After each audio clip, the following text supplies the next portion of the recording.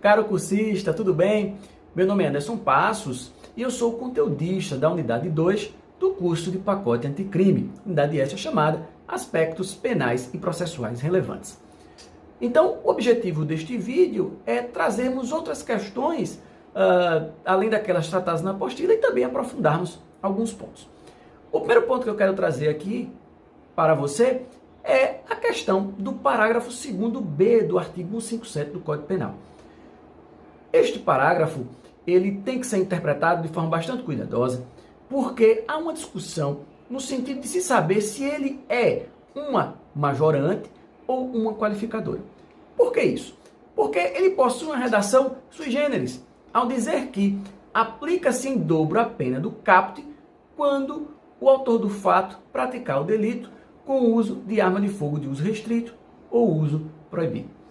Vejam, no primeiro momento ele parece ser uma majorante. Isso porque as majorantes sempre vêm como um fator de multiplicação. Aplica-se em dobro, aplica-se em triplo, aumenta-se um terço, aumenta-se da metade. Usando esse fator de multiplicação na terceira fase, fixação da pena. Tá? Entretanto, este dispositivo peca por um ponto muito importante. Ele diz que aplica-se em dobro a pena fixada no caput. Então, assim, cursista, perceba, uma majorante eu iria fazer da seguinte forma: aplicaria a pena na primeira fase, aplicaria a pena na segunda fase e na terceira fase utilizaria o fator de multiplicação. Por exemplo, aumentaria aí um terço, em um meio, em um dobro. Isso é o normal de uma majorante.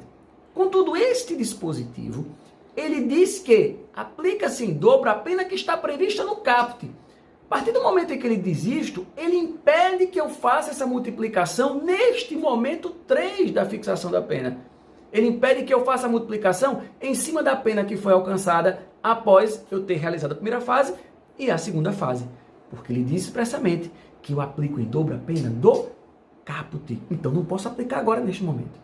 Desta feita, no meu ponto de vista, esse dispositivo, na verdade, é uma qualificadora sui generis que estaria obrigando o julgador a, no momento em que fosse iniciar a fixação da pena, já no primeiro momento, ter que partir de um mínimo e um máximo novo, qual seja o mínimo e máximo multiplicado por 2.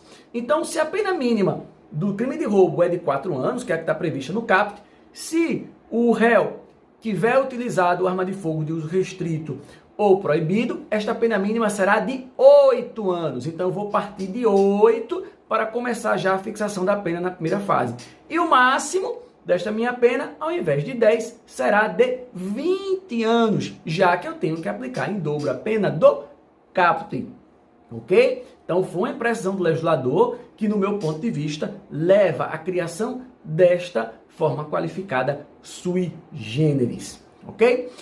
Vamos lá, um outro ponto importante para discutirmos nessa questão, relacionada às modificações do pacote anticrime no direito penal, foi o questionamento em relação ao novo delito do artigo 122. Por que eu chamo de novo? Porque foi inserida uma segunda parte no artigo 122 do Código Penal, que vocês também viram na apostila, que é a segunda parte falando na automutilação. Então, o delito que antes era de auxílio ou instigação ao suicídio, hoje é auxílio ou instigação ao suicídio e a automutilação. Pois bem, a questão é, nesta segunda parte, no auxílio à automutilação, este delito seria da competência do tribunal do júri? Isso é um questionamento muito importante para que nós, juízes, no dia a dia, saibamos qual o procedimento que vamos utilizar para processar estes delitos. Delitos que são, em verdade, até muito comuns. Ou seja, o auxílio à instigação à automutilação é muito mais comum do que o próprio auxílio à instigação ao suicídio. Então, vejam, qual é o meu entendimento? Vamos discutir aí no fórum, né? O que é que vocês acham? Vocês concordam ou não concordam? No meu ponto de vista, esta segunda parte, auxílio ou instigação à automutilação, não seria um procedimento a que aplicar-se-ia o tribunal do júri. Não é um crime que vai estar inserido no procedimento do tribunal do júri. Por que não?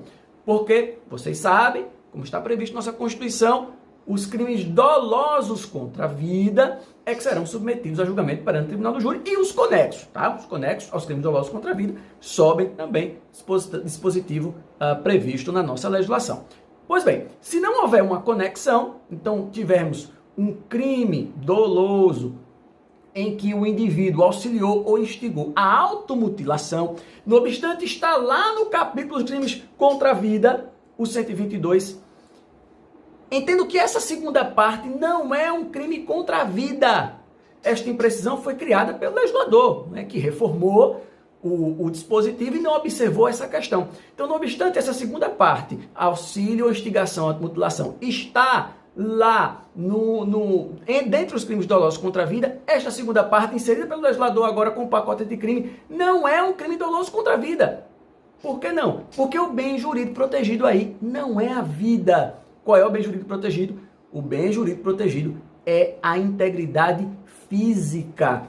O dolo de quem auxilia ou instiga outrem a mutilar-se não é o dolo de atingir a vida, mas sim o dolo de atingir a integridade física. Se o dolo for de atingir a vida, será a outra parte da delito, a primeira parte, que é auxílio ou instigação ao suicídio. Então, entendo que nesta segunda parte utilizaremos não o procedimento do júri, não se utiliza o procedimento do júri. Tá? Então é uma questão também polêmica para que nós discutamos aqui no nosso fórum. Você aí, cursista, concorda ou não concorda com esse posicionamento? Acredita que deve ser levado para o júri ou não? Vamos discutir. Tá? Uma outra questão também importante, agora voltando para o delito de roubo, é com relação à concorrência de causas de aumento de pena. Concorrência de causas de aumento de pena. Como assim? Então, vocês viram na apostila como é que nós temos hoje, né? Então, hoje nós temos causa de aumento de pena específica para arma branca, temos uma causa de aumento de pena para arma de uso permitido e temos outra causa de aumento de pena para arma de uso restrito ou proibido. Quer dizer, essa última, na verdade, no meu entendimento, não é causa de aumento de pena, é qualificadora. Pois bem, então, causa de aumento de pena para arma branca e causa de aumento de pena para arma de fogo de uso permitido. Pois bem, então é possível, em um caso que acontece com certa frequência, que nós tenhamos, num caso concreto, concurso dessas causas de aumento. Então, vou dar um exemplo aqui. Por exemplo, uma situação em que dois indivíduos, numa motocicleta, utilizando uma arma de fogo de uso permitido, praticam um roubo de celular de uma vítima qualquer. Nessa situação, o que é que nós teríamos? Nós teríamos uma causa de aumento do parágrafo 2º, inciso 2º, que é o concurso de pessoas, e teríamos uma outra causa de aumento do parágrafo 2º A, inciso 1º, que é o uso de arma de fogo. Então, como é que vamos fazer? Podemos utilizar as duas? O que vamos fazer? A resposta está no artigo 68 do Código Penal. Por este artigo, o juiz pode, se quiser, aplicar apenas uma delas. No caso, aplicar a que mais aumenta, que é a causa de aumento de pena do parágrafo 2º A, inciso 1º, que é o do uso de arma de fogo, caso arma de fogo de uso permitido. Ou o juiz também pode aplicar as duas cumulativamente. Por que o juiz pode aplicar as duas cumulativamente? Porque o artigo 68 do Código Penal não proíbe, faculta ao juiz, se quiser, aplicar a causa que mais aumenta, mas não impõe o juiz a fazer essa solução. Então fica a critério do julgador. Se ele quiser, ele pode aplicar as duas, já que se trata de duas causas de aumento de pena previstas na parte especial. Aí é que vai aquela questão que eu levantei aqui. Se nós falamos, se vocês entendem aí, igual o meu posicionamento, que o uso de arma de fogo de uso proibido ou restrito, que está lá no parágrafo 2º B, não é uma causa de aumento, mas sim uma qualificadora. Então, nesse exemplo, se o indivíduo, em concurso de pessoas, usa uma arma de fogo de uso restrito ou proibido para praticar o delito de roubo, então, o fato de usar uma arma de fogo de uso restrito ou proibido seria lá como uma qualificadora, então o mínimo sairia de 4 para 8 e o máximo de 10 para 20. Então já começaríamos na primeira fase com este novo patamar e quando chegássemos na terceira fase, e aí aplicaríamos, neste exemplo que eu dei, a causa de aumento de pena pelo concurso de pessoas. Então vejam como é que está a situação, não é? Então quando a gente fala hoje de delito de roubo, tem que prestar muita atenção nas causas de aumento no momento da aplicação da pena, ok? Então vamos lá, vamos continuar a discutir essas questões no nosso fórum e espero que vocês leiam a apostila e desfrutem dos nossos debates. Ok, meus queridos? Vamos seguir.